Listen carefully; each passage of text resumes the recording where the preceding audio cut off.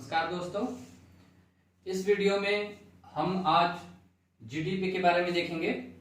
GDP क्या होता है और बेसिकली इस वीडियो में आज हम आप लोगों को ये चार चीजें बताना चाहेंगे कि जीडीपी एट कांस्टेंट प्राइस क्या होता है, जीडीपी एट करेंट प्राइस क्या होता है, जीडीपी एट मार्केट प्राइस क्या होता है, जीडीपी एट फैक्टर कॉस्ट क्या होता है। ये चार जो वर्ड्स हैं वो बजट और इकोनॉमिक सर्वे में बहुत ज्यादा यूज होता है इकोनॉमिक्स में, और कंपटीशन एग्जाम के लिए बहुत बच्चे जो हैं वो कंफ्यूज करते हैं कि कांस्टेंट प्राइस क्या है, जीडीपी एट करंट प्राइस क्या है। कॉन्सेप्ट को नहीं समझते हैं, बस याद करना चाहते हैं। तो आज इस कॉन्सेप्ट को समझेंगे कि एक्चुअल में ये चारों होता क्या है। तो चलिए हम लोग देखते हैं। सबसे पहले स्टार्ट करते हैं कि ये जीडीपी क्या होता है। तो जीडीपी क्या होता है? तो GDP is the aggregate production of final goods and services taking place with in the boundary of a country during a year. एक साल में किसी कंट्री के अंदर कितना value of goods and services का प्रोडक्शन हो रहा है, इसको मॉनेटरी टर्म में या मनी वैल्यू में कैलकुलेट किया जाता है। कि मतलब इंडिया के टेरिटरी के अंदर कितना value of goods and services का प्रोडक्शन हुआ है एक साल में, उसे बोलते हैं जीडीपी। जैसे कि इंडिया का अभी जीडीपी 2019-20 में 147 लाख करोड़ है। ये किस बेस पे है वो हम आगे देखेंगे। करंट पे किस पे है, ये कांस्टेंट प्राइस पे है या मार्केट करंट प्राइस पे है। तो इसी को हम आज समझना चाह रहे हैं कि अलग अलग बजट में आप जब देखेंगे तो जो बजट है वो इंडिया का वो जीडीपी कांस्टेंट प्राइस पे अलग दिखाएगा, करंट प्राइस पे अलग दिखाएगा। तो उसी को हम आज समझना चाहते हैं। हम लोग अब सबसे पहले जीडीपी एट कांस्टेंट प्राइस और जीडीपी एट करंट प्राइस क्या है ये देखते हैं। जीडीपी एट कांस्टेंट प्राइस को हिंदी में स्थिर मूल्य बोलते हैं और जीडीपी एट करंट प्राइस को चालू मूल्य पर बोलते हैं। इसको बेस ईयर भी बोला जाता है, जीडीपी एट बेस ईयर और जीडीपी एट करंट प्राइस। पहले हम लोग इन दोनों को देखते हैं कि ये दोनों कैसे कैलकुलेट किया जाता है। तो जीडीपी एट कांस्टेंट प्राइस का सीधा सा मतलब है कि जैसे बेस ईयर भी 2011-12 चल रहा है जीडीपी कैलकुलेट करने का, 2011-12। तो 2011-12 कहने का मतलब यह है कि जो भी जीडीपी का कैलकुलेशन, जैसे अभी हम 2019-20 का जीडीपी कैलकुलेट करते हैं, 2019-20 का जीडीपी कैलकुलेट करते हैं, तो अभी जो करंट ईयर में जो भी प्रोडक्शन का जो भी वैल्यू होगा, मनी का वैल्यू होगा, वो ना लेके हम 2011-12 में उसका क्या मूल्य था उस पे डिटरमाइन करते हैं।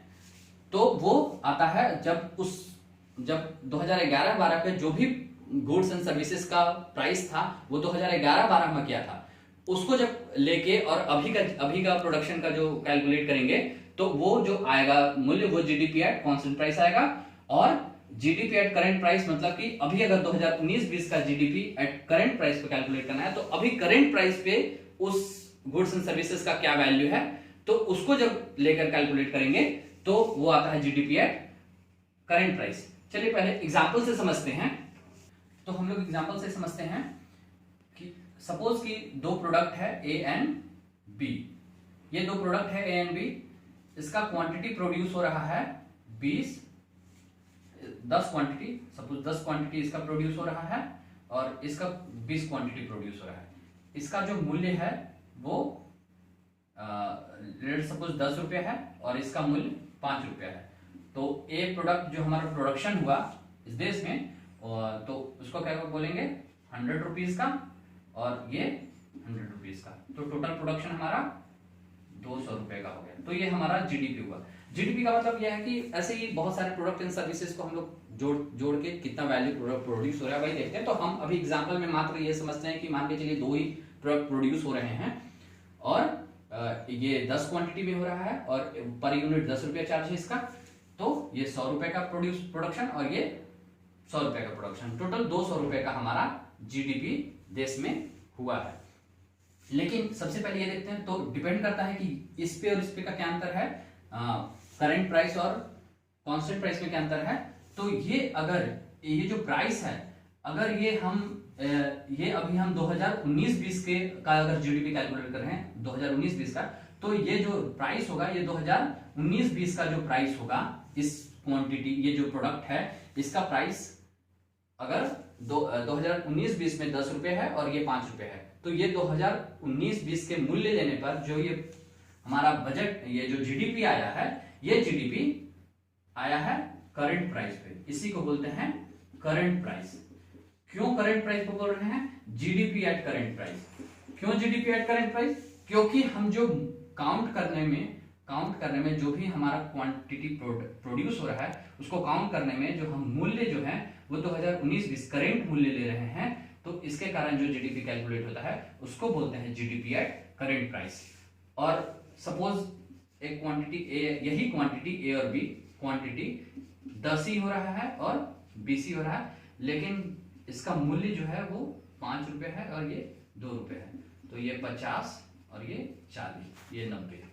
तो ये मूल्य हम कब का ले रहे हैं? मान के लिए ये मूल्य ले रहे हैं 2011-12 का।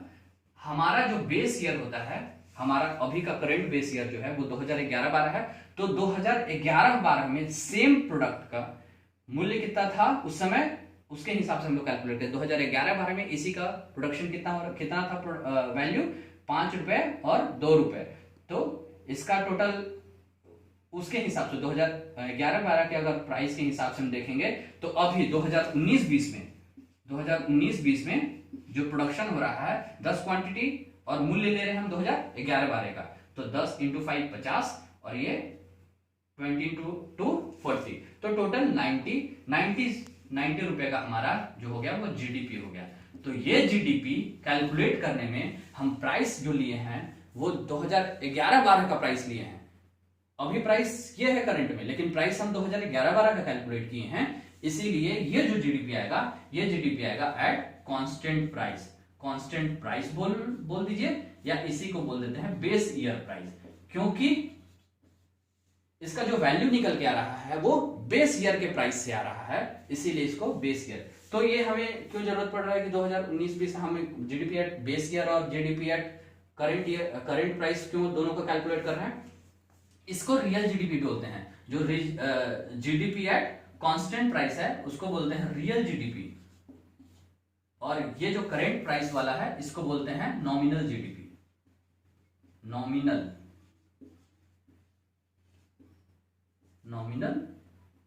जीडीपी। तो जीडीपी रियल, मतलब ये रियल है, तो ये रियल क्यों हो रहा है?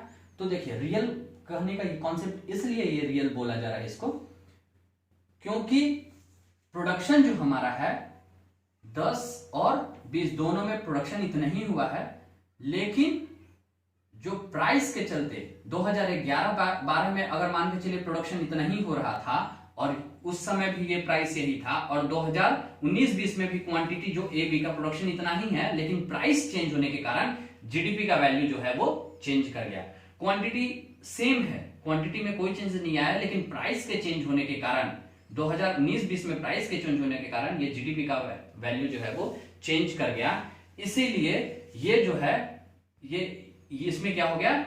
इन्फ्लेशन के कारण, इसमें जो है वो इन्फ्लेशन के कारण क्या हो गया? जीडीपी बढ़ा है। इन्फ्लेशन के कारण जीडीपी बढ़ा है, तो हम एक्चुअल ग्रोथ को नहीं देख सकते हैं, क्योंकि हमारा प्रोडक्शन तो 2000 मान के चलिए 2011-12 में भी वही था और 2019-20 में वही था, तो हमें प्रोडक्शन में कोई चेंजेस नहीं आया, क्वांटिटी में कोई चेंज नहीं आया, तो जीडीपी बढ़ेगा नहीं। क्यों? क्योंकि जीडीपी जो होता है वो production of final goods and services का जो एग्रीगेट वैल्यू होता है।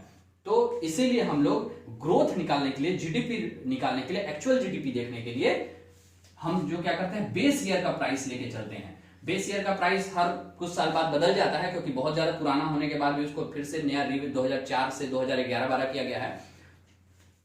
तो जो बेस प्राइस है, तो एक्चुअल में जो रियल जीडीपी आता है वही हम ये शो करता है कि हमारा इन्फ्लेशन को अगर हटा दे तो एक्चुअल में प्रोडक्शन बढ़ा है कि घटा है, क्या हुआ है, प्रोडक्शन बढ़ रहा है कि क्या हो रहा है, वो पता चलता है। और नॉमिनल जीडीपी में क्या होता है? नॉमिनल जीडीपी में अभी करंट में कितना, अगर मान के चलिए इन्फ्लेशन बढ़ा दिए, जैसे महंगाई बहुत बढ़ गया और प्रोडक्शन कुछ हो ही नहीं रहा और महंगाई बस बढ़ते जा रहा है, उसके चलते हमारा जीडीपी ज्यादा कैलकुलेट हो गया जा रहा है, तो हम बोलेंगे कि हमारा जीडीपी पहले के कंपैरिजन में बढ़ रहा है, तो ये एक्चुअल शो नहीं कर सकता है। तो इसीलिए हम दोनों को कैलकुलेट करते हैं, नॉमिनल जीडीपी कैलकुलेट करते हैं और रियल जीडीपी भी कैलकुलेट करते हैं।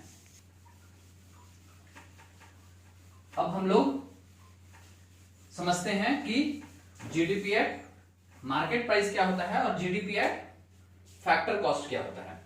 तो जीडीपी एट मार्केट प्राइस और जीडीपी एट फैक्टर कॉस्ट को समझने के लिए भी एक एग्जांपल पहले लेते हैं, उसके बाद आपको समझाते हैं। एग्जांपल जैसे कि आप कोई सपोज एक कंपनी एक्स कंपनी है, वो एक एनर्जी ड्रिंक तैयार कर रहा है। तो एनर्जी ड्रिंक में उसको बहुत सारा इनपुट लगेगा एनर्जी ड्रिंक तैयार करने में, जो भी जैसे कि उसको लेबर कॉस्ट लगेगा, इलेक्ट्रिसिटी कॉस्ट लगेगा और जो भी मशीनरी लगेगा, ये सारे इनपुट कॉस्ट हो गए उसके।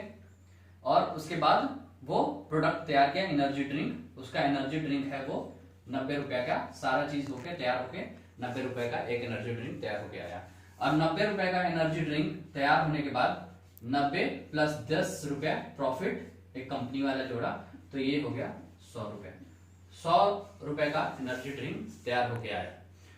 उसके बाद 100 रुपए में 10 रुपए जब ये मार्केट में लेके जाने लगेगा तो गवर्नमेंट 100 रुपए में 10 रुपए टैक्स ले लेगा, प्लस 10 रुपए ये ले लेगा टैक्स, तो ये क्या हो जाएगा 110 रुपया। तो ये मार्केट में ये प्राइस पे आ गया, एनर्जी ड्रिंक का कीमत 110 रुपया हो गया। फिर इसमें अगर गवर्नमेंट को लगता है कि नहीं ये अच्छा ड्रिंक है, इससे हेल्थ अच्छा होगा, इम्यूनिटी अच्छा होगा, तो इसमें डिस्काउंट दे सकता है वो। तो अगर डिस्काउंट देना चाहे तो 5 रुपया डिस्काउंट दिया पर यूनिट पे, 5 रुपया सब्सिडी दे दिया, डिस्काउंट नहीं बोलिए उसको, सब्सिडी बोलिए। गवर्नमेंट का सब्सिडी देता है क्योंकि वो अच्छा चीज है इसलिए वो सब्सिडी दे सकता है, किसी भी फॉर्म में हो सकता है, इलेक्ट्रिसिटी के फॉर्म में वो दे दिया या और भी दूसरे चीजों में वो चीजों को माफ कर दिया, तो इससे ये सब्सिडी देके तो टोटल प्राइस जो हो गया 105 रुपया आ गया मार्केट पे। तो मार्केट में आपको कंज्यूमर को कितने में अवेलेबल होगा, कंज्यूमर को अवेलेबल होगा 105 रुपए में एक एनर्जी ड्रिंक। तो ये 105 रुपए का जो एनर्जी ड्रिंक है ये होता है इस एक एनर्जी ड्रिंक का मार्केट प्राइस। तो वैसे ही मार्केट में आने के बाद जितना भी जीडीपी का में प्रोडक्ट जो भी बनेगा उसका प्रोडक्शन होगा जीडीपी में, गुड्स एंड सर्विसेज दोनों का, और फाइनल कंज्यूमर को वो कितने में, फाइनली वो कितने में आ रहा है, उसका प्राइस क्या हो रहा है, उसको सारे को जोड़ेंगे, उसके बाद जीडीपी कैलकुलेट करेंगे, तो उसको बोलते हैं जीडीपी एट मार्केट प्राइस। मतलब फाइनल कंज्यूमर को किस प्राइस में मिल रहा है, कंज्यूमर जो उसको कंज्यूम कर रहा है, तो उस समय टोटल जीडीपी का जब कैलकुलेशन करते हैं उस मूल्य पे, उस प्राइस पे जब फाइनल जीडीपी का कैलकुलेशन करते हैं तो उसको बोलते हैं जीडीपी एट मार्केट प्राइस। और जीडीपी एट फैक्टर कॉस्ट क्या होता है, तो जीडीपी एट फैक्टर कॉस्ट का मतलब कि ये जीडीपी एट फैक्टर कॉस्ट का मतलब कि 100 रुपए में 90 रुपए लागत हुआ और 10 रुपया प्रॉफिट मार्जिन लिया, और 100 रुपए में फैक्ट्री कॉस्ट पे, मतलब एक फैक्ट्री के अंदर 100 रुपए में वो बन के तैयार हुआ है। ये फैक्ट्री का मूल्य बिना टैक्स के कितना हो गया था 100 रुपए का, तो 100 रुपया ये फैक्ट्री का मूल्य है। तो इसीलिए अगर जीडीपी का कैलकुलेशन उस factory without tax, without indirect tax का कैलकुलेशन से जीडीपी का जो फाइनल जितने भी प्रोडक्ट गुड्स एंड सर्विसेज का हमें जो प्रोड्यूस हो रहा है उसका जो प्राइस का कैलकुलेशन होता है एट फैक्ट्री कॉस्ट में। फैक्टर कॉस्ट का मतलब यही फैक्ट्री कॉस्ट, एक मतलब बेसिक समझने के लिए बता रहा हूं कि इनसाइड द फैक्ट्री जितने कॉस्ट पे फाइनली वो तैयार होके आ रहा है गुड्स एंड सर्विसेज जितने भी है विदाउट टैक्स, तो उस पे जब टोटल जीडीपी का कैलकुलेशन करेंगे तो जितना जीडीपी आएगा वो आता है, उसको बोलते हैं जीडीपी एट फैक्टर कॉस्ट। इसका सिंपल सा एक ये भी फंडा होता है। मार्केट प्राइस का मतलब क्या होता है कि GDP at factor cost GDP at factor cost plus tax और माइनस सब्सिडी। इसका मतलब हुआ कि जितना भी फैक्टर कॉस्ट, मतलब फैक्ट्री इनसाइड फैक्ट्री बना, उसमें टैक्स को आपको इंक्लूड करना है और सब्सिडी जो गवर्नमेंट दिया है उसको घटाना है, तो वो क्या बन जाता है मार्केट प्राइस। यहां आप देख सकते हैं कि टैक्स को इंक्लूड करना है और सब्सिडी को घटाना है, तो ये हो जाता है GDP at market price, GDP at market price and GDP at factor cost. आपको समझ में आया होगा कि अगर मार्केट फाइनल कंज्यूमर जो प्राइस दे रहा है, जो उसको पड़ रहा है, उससे अगर जीडीपी उस प्राइस पे जब जीडीपी का कैलकुलेशन करेंगे तो मार्केट प्राइस, और केवल जब फैक्ट्री में जो बन के तैयार हुआ है उस पे जब हम करेंगे तो उसको फैक्टर कॉस्ट। अभी जैसे कांस्टेंट प्राइस हम देखे थे अभी पहले, तो कांस्टेंट प्राइस पे और करंट प्राइस पे, तो इंडिया का जीडीपी कांस्टेंट प्राइस पे अभी 147 लाख करोड़ है, 2019-20 का बजट बता रहा हूँ, लाख करोड़, और करंट प्राइस पे 204 लाख करोड़। देखिए इतना का अंतर आ रहा है। तो ये अंतर क्यों आ रहा है 204? तो ये जो अंतर आ रहा है वो इन्फ्लेशन के कारण आ रहा है। जीडीपी में प्रोडक्शन बढ़ा है, उसके लिए उसका अंतर नहीं है ये।